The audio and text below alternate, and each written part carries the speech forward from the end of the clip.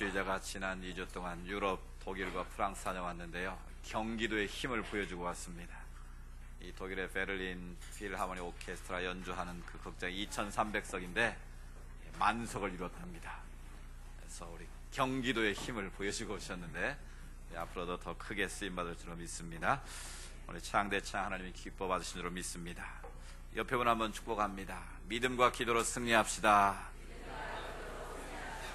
오직 믿음으로 메르스를 이깁시다. 메르스를 이기면 이것이니 우리의 믿음과 기도인 줄로 믿습니다. 이제 메르스도 잠잠해지고 있는 것 같습니다. 이번 주가 지나면 이제 완전히 물러가서 이 땅에 다시 평화가 임하고 또 안정이 될 수 있도록 우리가 더 깨어서 기도할 수 있기를 원합니다. 저는 어제 강원도 고성에 다녀왔습니다. 통일전망대 가보셨습니까?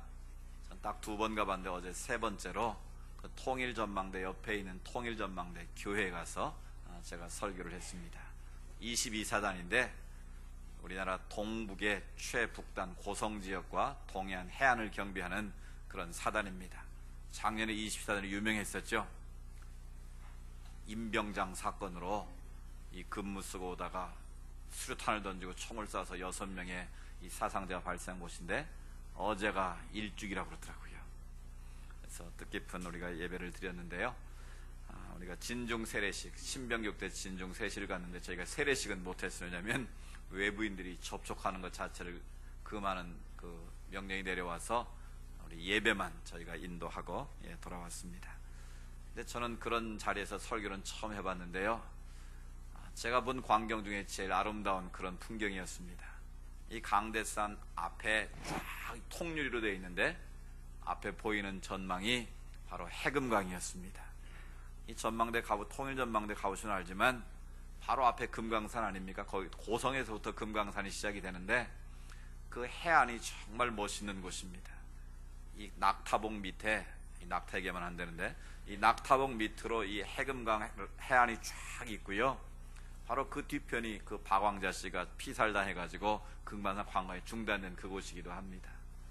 그렇게 아름다운 해변인데 70년 동안 분단의 아픔 속에서 한 번도 그것을 밟지 못하고 눈으로만 보는 그곳 앞에 서서 하나님의 말씀을 전하면서 그런 마음이 들었습니다. 정말 이 나라가 하나님께서 복 주신 나라인데 이 분단의 아픔이 참 너무나 크다라는 것을 깨달았습니다. 그럼에도 불구하고 하나님께서 이 민족을 버리지 아니하시고 지켜주셔서 북한의 핵무기의 위협 속에서도 많은 사람들의 수고를 통해서 이 나라가 지켜지고 있다는 것을 다시 한번 깨닫게 됐습니다.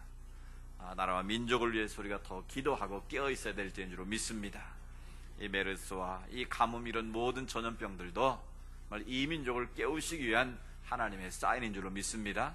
그래서 우리 믿음의 사람들이 깨어서 기도하고 나라 살아나는 마음을 가지고 엎드려 기도하면 하나님께 우리 기도를 들으시고 이 땅을 고쳐주시고 회복시키시는 그 은혜가 임할 줄로 믿습니다. 우리가 맥주 감사주의를 한 주 앞두고 있습니다. 감사의 절기를 맞이했는데요. 우리가 하나님 앞에서 어떤 마음으로 이 감사의 절기를 맞이할 것인가를 오늘 말씀을 통해서 생각해 보려고 합니다. 어느 주부가 쓴 글을 먼저 소개를 드리겠습니다. 반복되는 일상생활이 권태롭고 짜증이 났습니다. 매일 남편과 아이들 뒤치다거리나 하고 내 인생이 뭔가 하는 생각이 늘 들었습니다. 그래서 식구들에게 습관적으로 화를 내고 불평하기 시작했습니다. 그러다 보니 집안 분위기가 뒤숭숭하고 가족 모두가 불행했습니다. 그러던 어느 날 머리가 너무 아파서 병원에 갔습니다. 진단 결과 악성 뇌종양이었습니다. 의사의 말이 수술을 해야 되지만 걸어 나올 보장은 없다고 말했습니다. 수술 전날 남편과 아이들의 옷을 정리하며 펑펑 울었습니다. 푸른 하늘을 바라보니 더욱 슬펐습니다. 다음날 수술을 했는데 다행히 성공적이었습니다. 그 후 여러 날이 흘러 퇴원을 했습니다. 그런데 이상했습니다. 세상이 달라졌습니다. 모든 것이 새롭고 귀하고 고맙기만 했습니다. 식구들이 여기저기 처박아 놓은 양말 옷까지도 정겨워 보였습니다. 늦잠 자는 아이들도 귀여워 보였습니다. 누군가 내 집 앞에 내다버린 쓰레기조차도 좋아 보였습니다. 여러분, 이 부인이 수술하기 이전과 수술하기 이후에 삶의 환경이 바뀐 것은 아무것도 없습니다. 올해 앞으로 이제 그 치료 후에 후유증을 극복하고 건강을 회복하기 위해서는 더 힘든 싸움이 남아 있습니다. 그런데 이 글을 통해서 볼 때 이 부인의 삶은 완전히 바뀌었다는 겁니다. 환경은 바뀐 게 하나도 없는데 오히려 더 힘들어졌는데, 수술하기 이전에는 모든 것이 귀찮고 짜증나고 속상했는데 그 뇌종양 수술을 받고 나서 세상을 보니 모든 것이 새롭더라는 거예요. 아침에 눈을 뜨는 것도 새롭고 푸른 하늘을 봐도 새롭고 심지어 집 앞에 내다버린 쓰레기조차도 좋아 보이더라는 거예요. 왜 그랬겠습니까? 죽음이라는 문턱을 한번 넘고 보면 내가 지금까지 붙들고 계획했던 그 모든 것들이 정말 별것 아니다. 정말 내가 이렇게 하루하루를 사는 것이 귀하다라는 것을 비로소 깨닫게 되었다라는 것이죠. 여러분, 우리가 하나님 앞에서 하루하루를 살아가는 것이 기적인 줄로 믿습니다. 오늘 아침에 눈 뜬 것이 우리는 당연하다고 생각할지 모르지만 어젯밤 눈 못 뜨고 오늘 아침 세상 떠나는 분들 많이 있지 않겠습니까? 우리가 순간순간 살아가지만 내가 안전을 지켜서 내가 안전하게 사는 것이겠습니까? 내가 내 건강 지켜서 이렇게 여기까지 온 것이겠습니까? 돌이켜보면 모든 것이 하나님의 은혜요 하나님의 돌보심의 결과인 줄로 믿습니다. 이 부인의 삶은 달라진 것이 없지만 뇌종양이라는 그 수술 앞에서 그 인생이 세상을 보는 눈이 달라졌다라는 거예요. 지금까지 당연하게 여겼던 것들이 이제는 모든 게 새롭게 보이기 시작했다라는 것이죠. 환경이 변한 것이 아니라 세상을 보는 관점이 변화된 것이죠. 모든 것이 하나님 앞에서 새 생명 얻은 자로서 감사의 눈으로 세상을 보게 되었다라는 것입니다. 근데 또 이런 글도 있었습니다. 어떤 사람이 횡재를 했습니다. 자기 집안 친척이 죽으면서 많은 금액의 액수를 그 사람에게 주라고 유언을 남기고 죽은 거예요. 근데 그 다음 해에 자기 부모님이 돌아가시면 또 유산을 남겨줬습니다. 그 다음 해 3년째는 고모가 돌아가시면서 또 유산을 이 아이에게 주라고 유언을 했다는 거예요. 그래서 3년 만에 아주 큰 횡재를 했습니다. 그래서 많은 사람들이 올 때 입이 호여거릴 줄 알았는데 그 사람 얼굴빛이 늘 어둡더라는 거예요. 그래서 물었습니다. 아니 당신은 3년 동안 그렇게 매년 횡재를 했는데 왜 기쁘게 살지 못하고 환한 표정을 짓지 못하고 그렇게 우거지상으로 사느냐고. 그랬더니 그 사람이 이렇게 대답하더랍니다. 글쎄 올해는 아무도 돌아가시지를 않는구만. 그런 이 사람의 마음속에 무슨 생각이 지금 담겨 있겠습니까? 누군가 죽으면 또 뭔가 횡재할 거라는 그런 기대 심리가 있는 것 아니겠어요?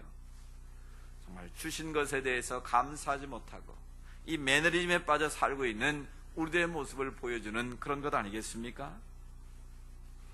여러분, 우리의 인생의 진정한 행복이 어디에 있겠습니까? 누구나 행복한 인생을 살기를 원하지만 많은 사람들이 행복한 것 같지는 않습니다.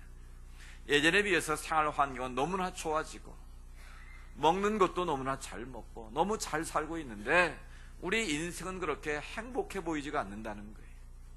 어제 내려오는 길에 그 고성 전망대에서 김일성 별장도 가보았고 우리 이승만 초대통령 별장도 가봤거든요. 근데 이승만 대통령 침대가 요즘 무슨 그 여관에 있는 수준만도 안 되더라고요.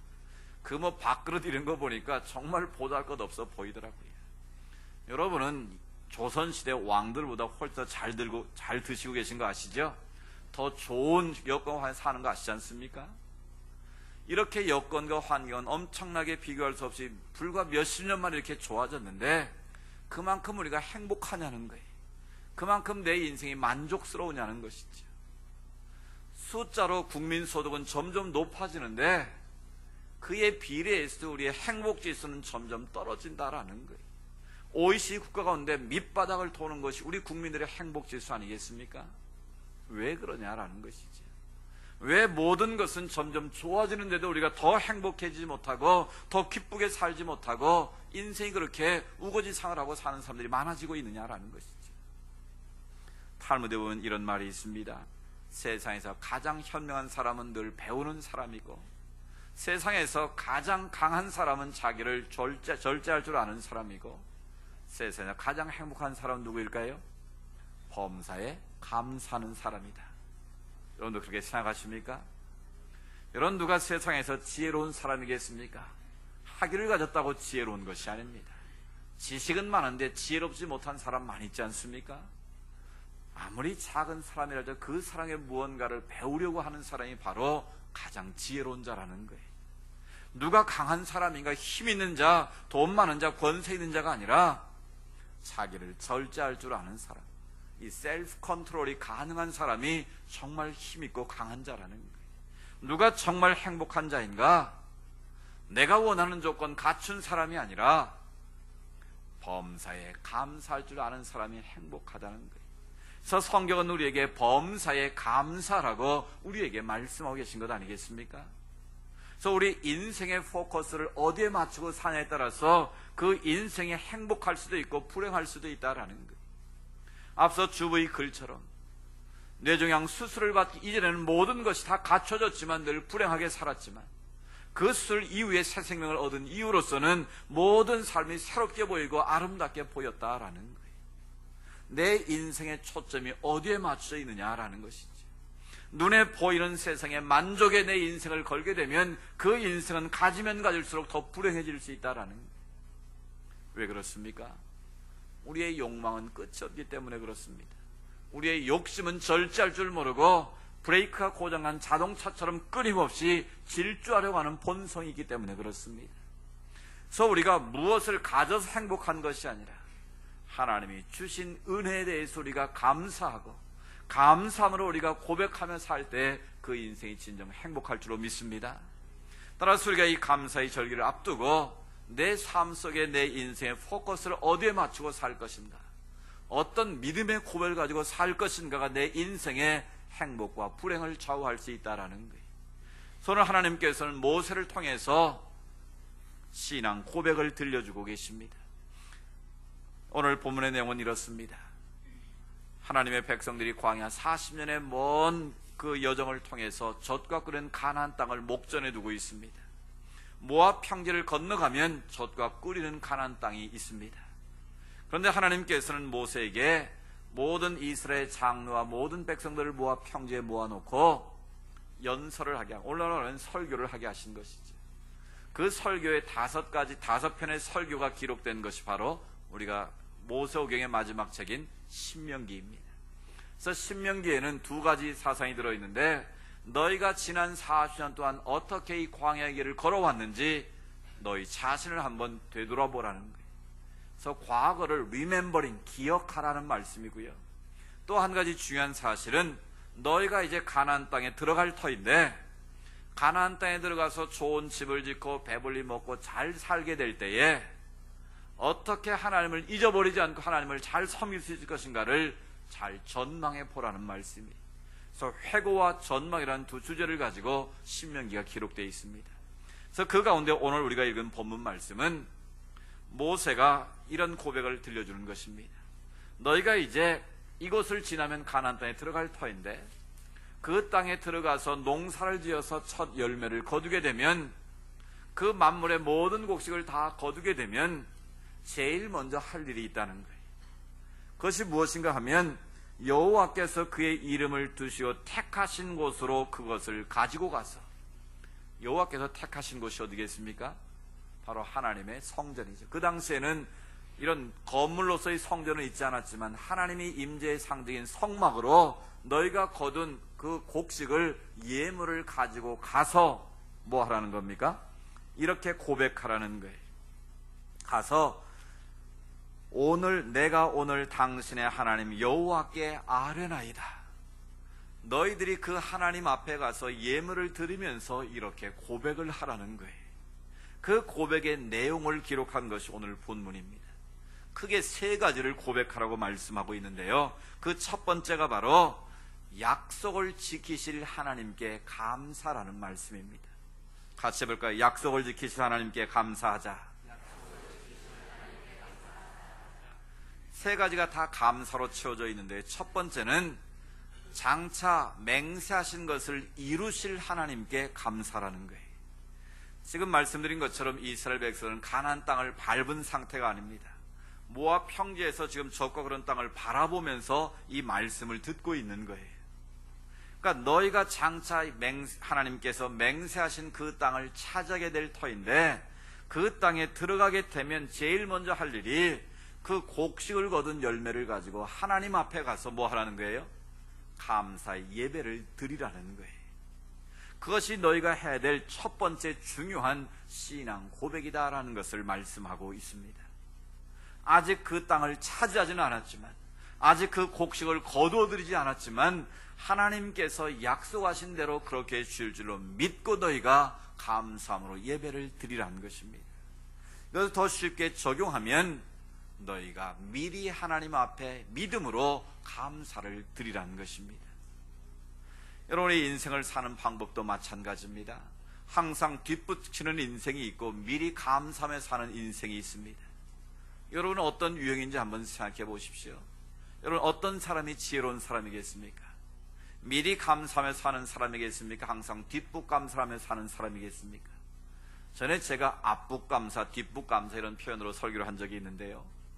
여러분, 이렇게 한번 예를 들어봅시다. 여러분, 내가 건강할 때는 건강의 소중함을 잘 알아요, 몰라요? 잘 모릅니다. 내가 건강관리 잘해서 건강한 줄 알고요, 내가 체질적으로 건강해서 이렇게 건강한 줄 압니다. 근데 막상 아파보면, 입원해보고 수술해보면 정말 내 건강 자신할 수 있는 사람 아무도 없고요, 정말 이게 하나님의 은혜의 돌보심이지 내 힘으로 건강을 되는 게 아니다라는 것을 알게 됩니다. 뭐 직장생활도 마찬가지 아니겠습니까? 내가 물론 성실하게 일해야 되지만 내가 열심히 일했는데도 회사가 부도나면 밀려나는 거 아니겠습니까? 내가 사업 열심히 했지만 악한 사람 만나면 하루아침에 그 사업이 부도나는 것 아니겠습니까? 결국 모든 것이 하나님의 은혜요 돌보심이 있어야 되는 걸 깨닫습니다. 또 그 모든 것이 지금 그렇게 하나님이 역사하고 계시다는 것을 깨닫습니다. 그런데 우리는 매일매일의 삶 속에서 그 은혜를 기억하고 감사하지 못할 때가 너무 많다라는 거예요. 근데 막상 건강을 잃어보면 그제서야 건강의 중요함을 알고 감사하게 되고, 직장을 잃게 되면 그때서야 직장의 중요함을 깨닫고 감사하게 되고, 사업에 어려움 당해보면 그제서야 하나님이 내 사업을 지금까지 지켜 그걸 깨닫고 감사한다라는 거예요. 여러분, 뒷북 감사보다는 미리 감사할 수 있기를 축복합니다. 미리 주실 은혜를 기대하며 감사하는 것이 하나님이 기뻐하신 감사라는 거예요. 저는 목회를 하면서 제 멘토인 목사에게 여러 가지 배운 것 중에 하나가 바로 이것입니다. 그 목사님이 보니까 매주 감사의 예물을 드리시더라고요. 근데 거기에 감사 제목을 쓰시고 항상 예물을 드리시더라고요. 그래서 제가 그걸 유심히 보고 물었습니다. 매주 감사드리는데 무슨 특별한 이유라도 있으십니까? 물었더니 그렇게 하신다는 거예요. 목사로서 지난 한 주간 동안 가정을 지켜주시고 교회를 지켜주시고 우리 성도를 지키는 하나님의 은혜가 감사해서 그 예물을 드리고요, 또 앞으로 한 주 동안 하나님께서 베푸실 은혜를 기대하면서 하나님 앞에 감사 예물을 드린다는 거예요. 그래서 그 감사의 제목을 정확하게 쓰셔가지고 매주 감사 예물을 드린 걸 보고, 아, 나도 저렇게 해야겠다. 그래서 저도 매주마다 감사의 제목을 써서 감사 예물을 하나님께 드리고 있습니다. 여러분도 한번 그렇게 해보시기 바랍니다. 그냥 이름 써서 내지 마시고요, 정성을 담아서 지난 한 주간 동안 하나님께서 베푸신 은혜를 기억하면서 한번 감사하시고요, 앞으로 한 주 동안 내가 해야 될 일 속에서 하나님이 어떻게 역사할까를 기대하면서 기도 제목을 써서 한번 감사해 보시기 바랍니다. 그러면 그 감사가 훨씬 더 의미 있게 다가오고 훨씬 더 기대가 되는 그런 한 주가 될 줄로 믿습니다. 요즘 제 마음속에 한 가지 걱정이 있습니다. 무슨 걱정이냐고요? 감사는 믿음의 수준이요, 믿음의 척도입니다. 감사가 많아지면 많아져서 그 사람의 믿음의 수준도 올라가는 것입니다. 그 말은 감사가 줄어들면 줄어들수록 그 믿음의 수준이 떨어질 수 있다는 거예요. 감사하는 자에게 하나님은 복을 주시고 감사하는 자에게 하나님의 행복으로 채워가시는데, 감사가 줄어든다는 것은 우리의 인생이 점점 더 불행의 늪으로 빠지고 있다는 것이죠. 그런데 안타깝게도 저희 성도들의 감사가 점점 줄어드는 것 같아서 목사로서 마음이 아프기도 하고 하나님 앞에 죄송한 마음으로 기도하고 있습니다. 우리 성도들이 감사가 많아지게 해달라고 제가 수요일마다 기도를 드리고 있습니다. 왜 그럴까요? 작년부터 보니까 경제적인 환경이 어려우고 힘들어서 이유가 되겠지만 작년에 보니까 우리 성교회 감사가 30% 정도 줄었더라고요. 근데 올해는 또 전반기에 이렇게 보니까 약 30%가 또 감사가 줄고 있어요. 1년 반 만에 우리 성자들의 감사가 반토막이 났다라는 거예요. 그래서 목사로서 제 마음속에 이거 참 위기다. 이거 참 문제다. 왜 감사가 이렇게 줄어들까? 아무리 환경이 어렵고 힘들어도 하나님께서 베풀어 주신 은혜를 기억하면서 우리가 범사에 감사할 수 있다면 하나님 더 큰 은혜를 주실 텐데, 우리가 감사를 줄이는 것은 하나님의 축복의 문을 닫는 것인데 왜 감사가 줄어들까? 그래서 제가 하나님 앞에 기도하고 있습니다. 이런 감사를 회복할 수 있기를 축복합니다. 물질로 감사의 문을 꼭 드리라는 게 아니라 내 삶의 의식 속에 감사를 잃어버리지 않도록 먼저 우리의 마음을 깨워야 한다라는 거예요. 그래서 우리가 감사의 말을 하고 감사를 하나님께 표현하고 감사를 하나님 앞에 올려드릴 때 그 삶 가운데 더 큰 감사가 넘치게 된다라는 거예요. 여러분, 어떤 경우에도 감사가 줄어들지 않기를 축복합니다. 오히려 어렵고 힘들수록 그럼에도 불구하고 내가 하나님 앞에 감사할 때 그 마음의 중심을 보시고 하나님께서 더 큰 감사로 채우실 것을 믿습니다. 그래서 오늘 성경은 미리 주실 하나님의 은혜를 기대하며 감사라는 거예요. 하나님의 약속의 말씀을 믿고 감사라는 거예요. 너희가 아직 가나안 땅에 들어가지 않았지만 주실 하나님의 은혜를 기대하며 하나님 앞에 먼저 감사의 예물을 올려드림으로 하나님 앞에 그런 신앙 고백을 드리라는 것입니다. 두 번째로 드릴 신앙 고백은 에베네셀의 은혜를 베푸신 하나님께 감사라고 말씀하고 있습니다. 하나님은 첫 열매 광야를 가져다가 여호와 제단 앞에 놓고 제사장들 앞에서 이렇게 감사의 고백을 하라는 거예요. 그 감사의 고백의 내용이 바로 4절부터 9절까지 자세하게 기록됐습니다. 그걸 요약하면 이렇습니다. 너희가 원래는 작은 민족이었는데, 힘이 없는 소수의 민족이었는데 너희가 애굽에 사는 동안 하나님께서 강하고 번사하게 하셨다는 것입니다. 그래서 너희가 그 애굽의 압제 아래서 신음하고 부르짖어 고통스러워할 때에 내가 너희들의 그 소리를 다 들었다는 거예요. 그래서 내가 너희를 애굽에서 건져냈고 광야 40년의 기간 동안 너희를 이끌어서 오늘 이곳에 이르게 했다는 것입니다. 너희가 그것을 기억하면서 하나님 앞에 다시 감사라는 것입니다. 다시 말하면 여기까지 인도하신 에베네셀의 하나님의 은총을 기억하면서 하나님 앞에 감사함으로 예배를 드리라는 것입니다. 그런데 그 광야의 여정이 어떻습니까? 때로는 불병을 만나기도 했고 전갈을 만나기도 해서 많은 사람이 죽기도 했습니다. 때로는 물이 없다고 원망하고 불평하다가 어려움을 당하기도 하고요. 또 그런 현실의 어려움 가운데 지도자 모세를 대적했다가 하나님이 전염병을 내리고 때로는 지진을 일으켜서 수많은 사람들이 죽기도 했습니다. 그런 모든 우여곡절을 겪고 지금 가나안 땅 목전에 있는데 너희가 지금 하나님 앞에서 어떻게 너희가 여기까지 왔는지를 다시 한번 기억하며 감사라는 거예요. 너희들이 볼 때는 아픔과 고통의 눈물이 훨씬 더 많았을지 모르지만 그것까지도 하나님 앞에 감사라는 거예요. 다윗은 이런 놀라운 고백을 드렸습니다. 시편 119편 71절에 고난당한 것이 내게 유익이라, 내가 이로 인하여 주의 율례를 배우게 되었다고 그런 고백을 하고 있습니다. 이런 다윗처럼 성경의 인물 가운데 고생한 사람 또 있겠습니까? 자기가 무슨 잘못했거나 죄를 지어서 고난받는 것은 마땅할 수 있습니다. 그러나 골리앗을 물리치고 백성들이 다윗은 만만이고 사울은 천천히다, 그 시기와 질투 때문에 사울이 다윗을 죽이러 10년을 쫓아다닌 것 아니겠습니까? 그리고 인생 말년에는 아들 압살롬이 아버지를 죽이고 반역을 죽이겠다고 반역을 일으켜서 맨발로 울면서 궁궐에서 도망쳐 있던 다윗의 모습 아닙니까? 그런 산전수전을 다 겪으면서 다윗이 하나님께 드린 고백이 바로 이것입니다. 고난 당한 것이 내게는 유익이었습니다. 그 고난을 통해서 나는 하나님의 말씀을 더 깊이 깨달았습니다라는 고백을 한 거예요. 아니, 좋은 일이 있어야 감사하지. 그렇게 어렵고 힘든데 뭘 배웠다고 그것이 무슨 유익하다고 말할 수 있습니까? 그러나 성경의 모든 인물들은, 성경에 등장하는 모든 믿음의 영웅들은 고난 속에서 아름다운 믿음의 꽃을 피운 사람들인 줄로 믿습니다. 여러분, 내 삶에 지금 아픔이 있습니까? 고통이 있습니까? 눈물이 있습니까? 내가 열심히 기도하지만 아직 응답되지 않은 그런 숙제와 같은 그런 문제들이 여전히 남아있지는 않습니까? 하나님은 그 고난까지도 합력하여 선을 이루고 계신 줄로 믿습니다. 우리 장로의 창사인 존 칼빈이 있는데요, 이 존 칼빈이 27살 때 기독교 강요라는 부류의 작품을 남겼습니다. 이 성경을 조직신학적으로 가장 잘 쓴 책이 바로 캘빈의 기독교 강요예요. 그런데 그 책을 27살에 썼다는 거예요. 많은 사람들이 그걸 믿지를 않습니다. 그런데 그 비결이 여기에 있었다는 거예요. 이 캘빈은 어려서부터 걸어다니는 종합병원이라고 말할 정도로 질병이 많았다고 그래요. 그 당시에 의학적으로 25가지 병을 몸에 달고 살았다는 거예요.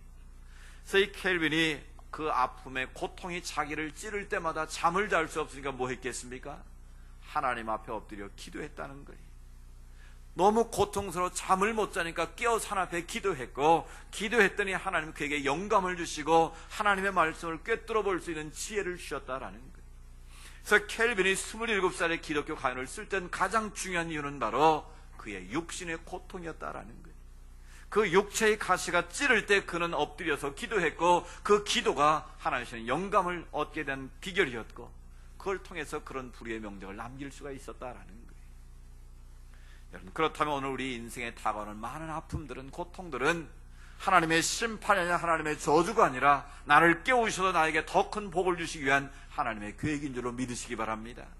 그런 믿음을 가지고 우리가 하나님 앞에 서게 될 때 우리는 감사할 수 있는 것이죠. 뉴욕의 브루클린 교회를 담당했던 에반스라는 목사님이 계신데요, 뉴욕에서 큰 교회입니다. 목회를 아주 훌륭하게 잘하신 분입니다. 그런데 이분이 갑자기 암에 걸려가지고, 결장암이라는 암에 걸려서 2년 만에 세상을 떠났습니다.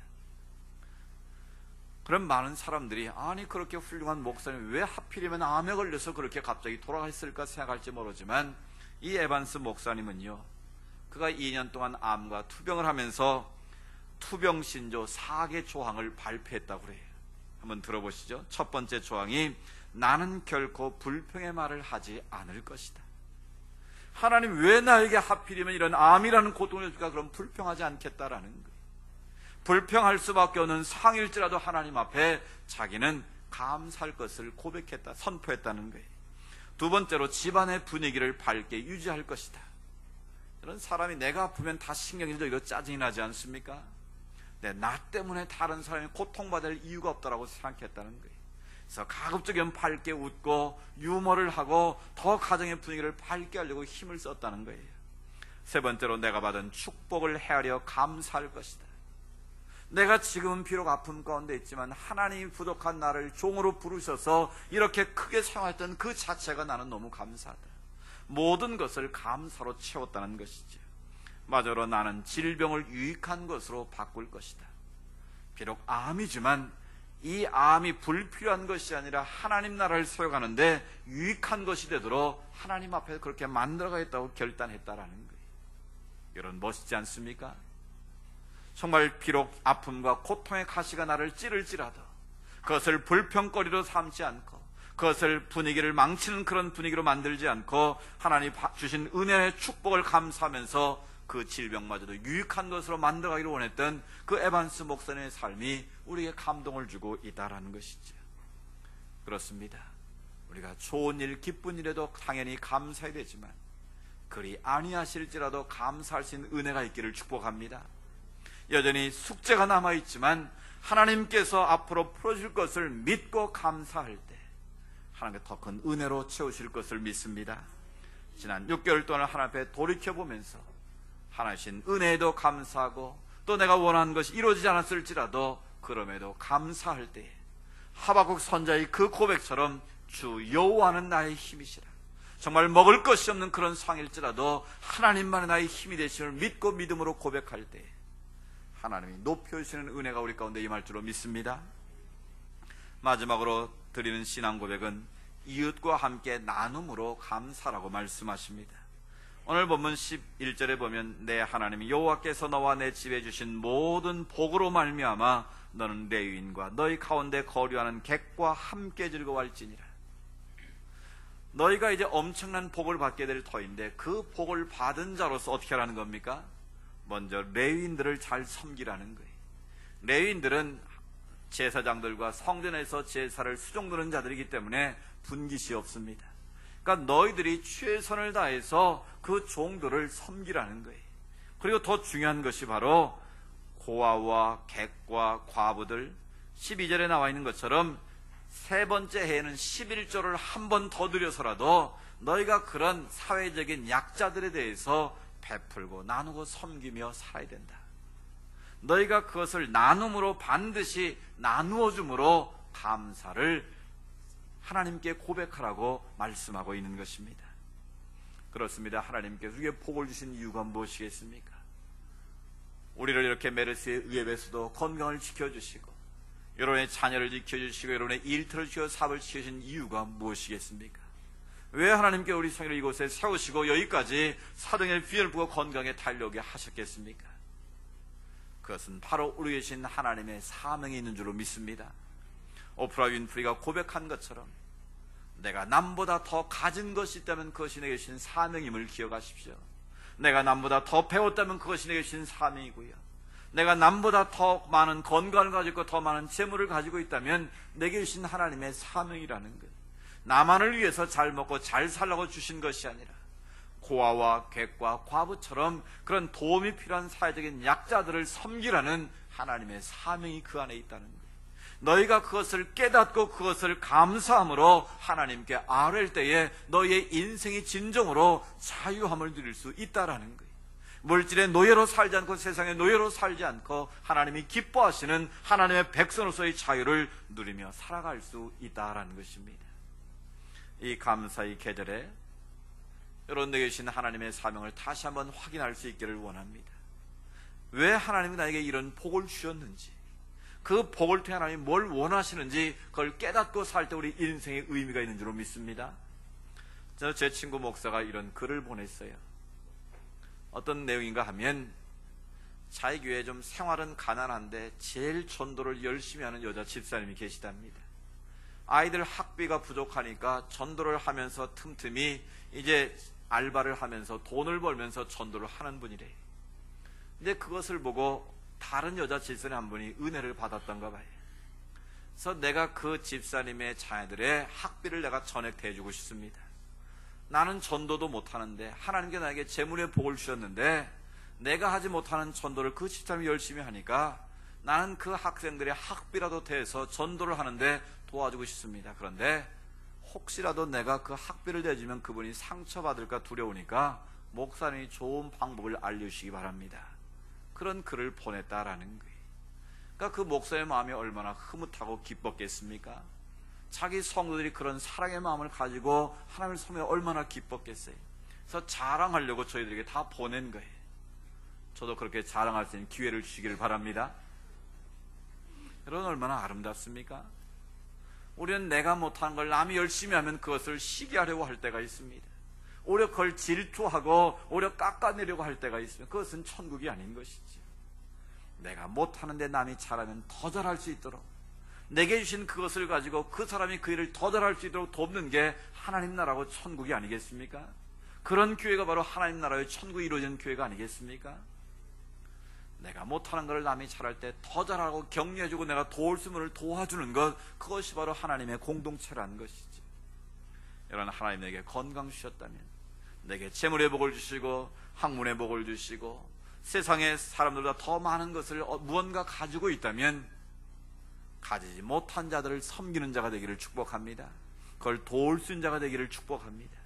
그것이 바로 하나님의 넘치는 복을 더 받아 누리는 비결이라는 거예요. 그런 감사의 마음을 가지고 살 때 하나님께서 더 풍성한 은혜를 주실 줄로 믿습니다. 헨스남은 이런 말을 했습니다. 감사와 찬양은 믿는 자의 가슴에 파놓은 고랑과 같다 그랬습니다. 그 고랑을 통해서 하나님의 영광과 하나님의 축복이 밀려온다고 고백했습니다. 내 심령 가운데 찬양과 감사의 고랑이 얇다면, 깊지 않다면 어떻게 되겠습니까? 하나님의 영광과 축복이 그만큼 적게 흘러오겠죠. 그러나 내 가슴 속에 찬양과 감사의 고랑이 깊이 파여져 있다면, 새겨져 있다면 그 감사 찬양 고랑을 타고 하나님의 영광과 하나님의 축복이 물밀듯 밀려오지 않겠습니까? 여러분, 맥주 감사절 우리가 한 주간 앞두고 있습니다. 여러분, 이 한 주간 여러분이 해야 될 하나의 숙제가 있습니다.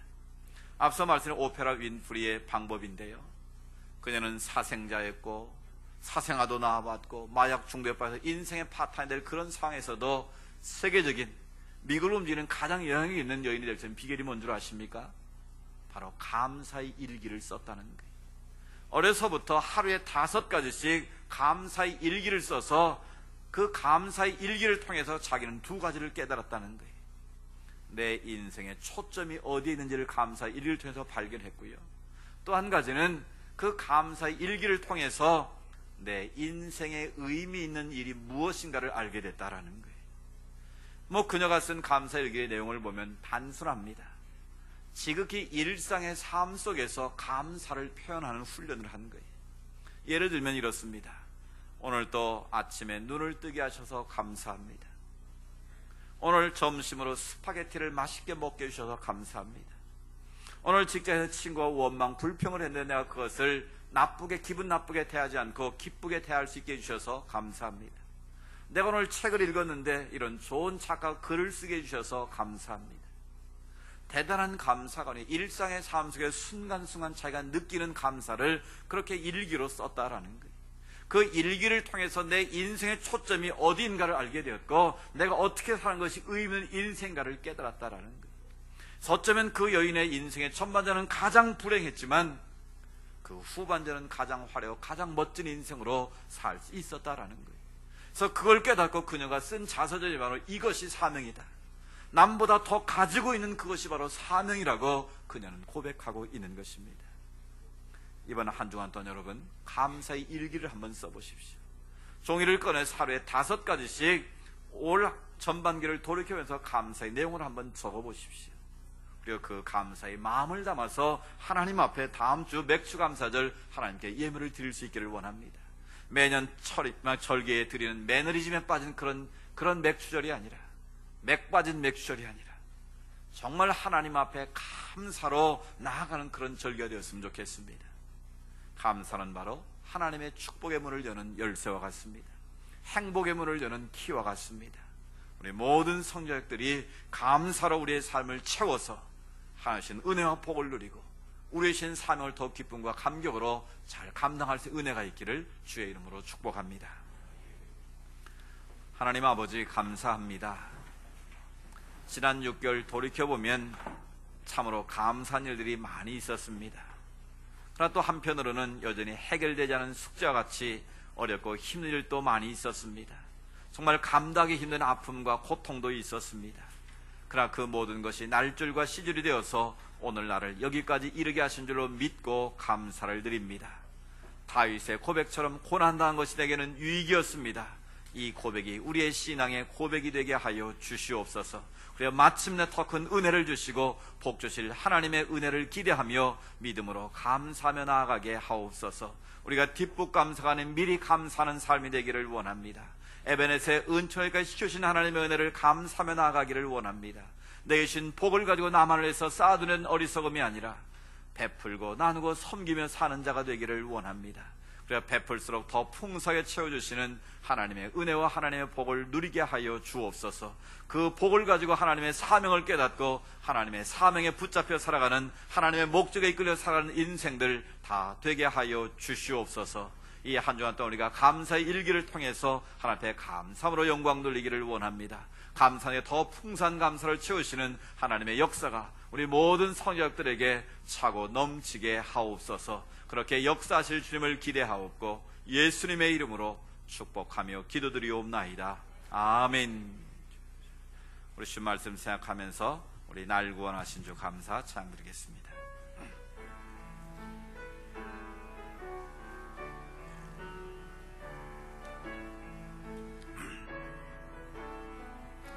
날 구원하신 주 감사, 모든 것 주심 감사, 지난 추억이 내 감사, 주 내 곁에 계시네 향기로 외로운 가을날 감사 사라진 눈물도 감사 나의 영혼 평안에 응답하신 기도 감사 거절하신 것 감사 헤쳐나온 풍랑 감사 모든 것 채우시네 아픔과 기쁨도 감사 절망 중 위로 감사 증량 못할 은혜 감사 크신 사랑 감사해 길가에 장미꽃 감사 장미꽃 시도 감사 따스한 가족 희망 주신 것 감사 기쁨과 슬픔도 감사 하늘 평안을 감사 내일의 희망을 감사 영원토록 감사해. 아멘.